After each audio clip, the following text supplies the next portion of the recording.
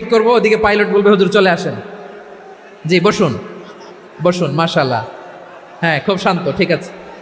Police ভাইরা না খেয়ে দিনরাত আপনারা যাতে সুশৃঙ্খল একটা প্রোগ্রাম উপহার পান এটাই চেষ্টা করতেছে, আপনাদেরকে কষ্ট দিতে আসে নাই, একটু একটু সহযোগিতা করেন, জি মাশাআল্লাহ, হ্যাঁ ঠিক আছে।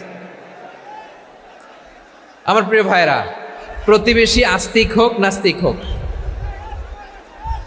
মুসলিম হোক হিন্দু হোক, তার সাথে ভালো আচরণ করতে হবে। বিষ্ণু ইসা ইসলাম ওনার ইহুদি প্রতিবেশীর বাসায় যেতেন। কোন প্রতিবেশী? ইহুদি। আওয়াজ করে বলেন, কোন প্রতিবেশী? ইহুদি। এক ইহুদি কিশোর বিষ্ণু ইসা ইসলামের খেদমত করতে, ইহুদি ছেলে আমার নবীর খেদমত করতো, তারা ছিল নবীর প্রতিবেশী। তো অনেক দিন হয় ইহুদি ছেলেটা আসে না। বিষ্ণুনবী খোঁজ দিলেন, ঘটনা কি? একটা ইহুদি ছেলে না আমার খেদমতে আসতো, ছেলেটা কই? খোঁজ নিয়ে জানলেন ছেলেটা অসুস্থ। বিষ্ণু ইসা ইসলাম ওই ইহুদির বাড়িতে চলে গেলেন ওই ছেলেটাকে দেখা করার জন্য, ভিজিট করার জন্য। সুবহানাল্লাহ পড়বেন না? গেলেন, যে দেখে ইহুদি ছেলেটা মুমূর্ষ, যান যান যায় যায় ভাব, বিছানায় পড়ে আছে, তার বাবা দাঁড়ানো। বিশ্বনবী তার মাথার পাশে বসলেন, মাথায় হাত বুলিয়ে দিলেন, আর ছেলেটাকে বললেন আসলিম, হে ইহুদি ছেলে আসলিম, ইসলাম ধর্ম গ্রহণ করো। তো ছোট্ট ছেলে ভাবে আমরা ইহুদি, এখন ইসলাম ধর্ম গ্রহণ করলে আব্বা যদি বকা দেয়, ফানাযারা ইলা ওয়াজহি আবি, ছেলেটা তার বাবার চেহারার দিকে তাকালো, দেখি আব্বা কি কয়।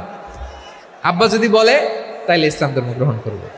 ইহুদি ছেলেটা তার বাবার দিকে যখন তাকালো, ওর বাবা বলে আতি আবুল কাসিম, আবুল কাসিম যা বলে তাই করো। আবুল কাসিম হচ্ছে বিষ্ণু ইসা ইসলামের একটা কুনিয়াত, উপনাম। আমার রাসূলের বড় ছেলের নাম ছিল কাসেম। যেমন দেখবেন আমাদের এলাকায় কারো ছেলের বড় ছেলের নাম যদি হয় আব্দুল্লাহ, এরা আব্দুল্লাহর বাপ বলে ডাকে।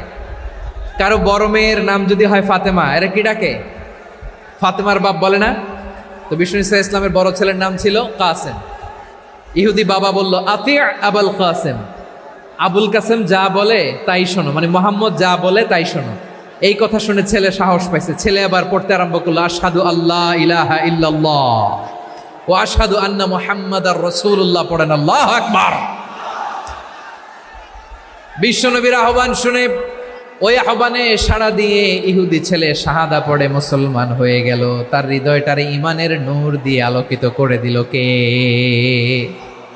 প্রিয় ভাইরা, এবার রাসূল সাল্লাল্লাহু আলাইহি ওয়াসাল্লাম বের হয়ে আসলেন ঘর থেকে, আর বললেন আলহামদুলিল্লাহিল্লাযী আনকাযাহু মিনান নার, প্রশংসা সে আল্লাহর যে আল্লাহ জাহান্নামে চলে যাচ্ছিল প্রায় এমন একটা লোককে মুহূর্তের মধ্যে কালেমায়ে শাহাদাতের বদৌলতে জান্নাতি বানায় দিলেন। আওয়াজ করে